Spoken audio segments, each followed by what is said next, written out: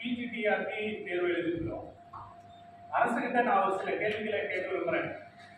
என்னன்னா, பிஜிடிஆர்பி தேர்வு இப்போ கடந்த 3 வருஷம் கழிச்சு வச்சிருக்கீங்க. இப்போ அரசு பள்ளிகளில் 3 வருஷமா ஒரு பையன் பாடம் படிக்கக்கூடிய ஒரு பையன் ஆசிரியர் இல்லாம தான் அவன் பாடம் படிக்கிறான். அந்த மாணவனுக்கு ஒரு ஆசிரியரே இல்லாம ஒரு பாடம் நடத்தக்கூடிய ஒரு சூழ்நிலை இன்னைக்கு இருக்கு. இப்போ எங்களெல்லாம் இப்போ போடுவீங்க அப்படிங்கிறதுனாலதான் உங்களை கொண்டு வந்தோம். ஆனா 3 வருஷத்துக்கு ஒரு முறை இருக்க வேண்டிய ஒரு காலி பணியிடங்கள்ல பாதி மட்டும் நிரப்பிட்டு பாதி மட்டும் கண் துடைப்புக்காக ஒரு வேலையை செஞ்சு அதுல மீதி இருக்கக்கூடியதெல்லாம் தற்காலிகமா போடுறீங்களே, இது எந்த விதத்தில் நியாயம்? எதற்காக தற்காலிகமா போடுறீங்க?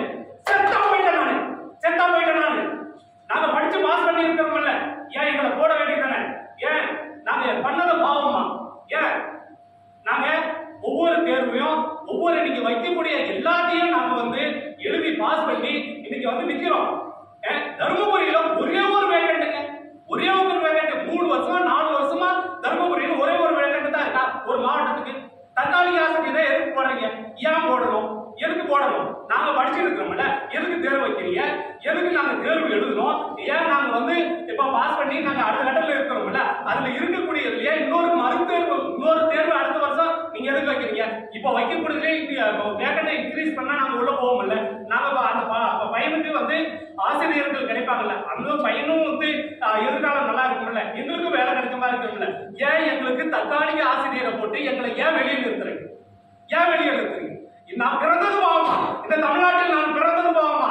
என் அப்பா அம்மா என்ன பெற்றது பாவமா? இல்ல நான் படிச்சது பாவமா? இல்ல நான் தேர்வு எழுதுறது பாவமா? நான் மதிப்பெண் வாங்கினது பாவமா? ஏன் இத்தனை பாவங்களை பண்ணிக்கிட்டு நான் என் உயிரோட இருக்கணும்?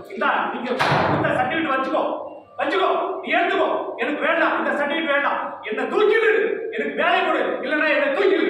இதுதான் என்னுடைய கோரிக்கை, ஒரே ஒரு கோரிக்கை. நீ வேலை கொடுக்க வரைக்கும் நான் போய மாட்டேன். தயவு செய்து எடுத்துக்கோ, என்ன தூக்கிடு, சிறையில் அடி, சித்திரவதை படுத்து, என்ன தூக்கி தண்டனை கொடு, இல்ல ஆயுத தண்டனை கொடு, என் வாழ்க்கை மொத்தமா அடிச்சா கூட சரி, ஆனா எனக்கு வேலையை ஒன்று கொடு, இல்லைன்னா நான் பிணமோட போட்டோம், என் பிணமும் வீட்டுக்கு போகட்டும்.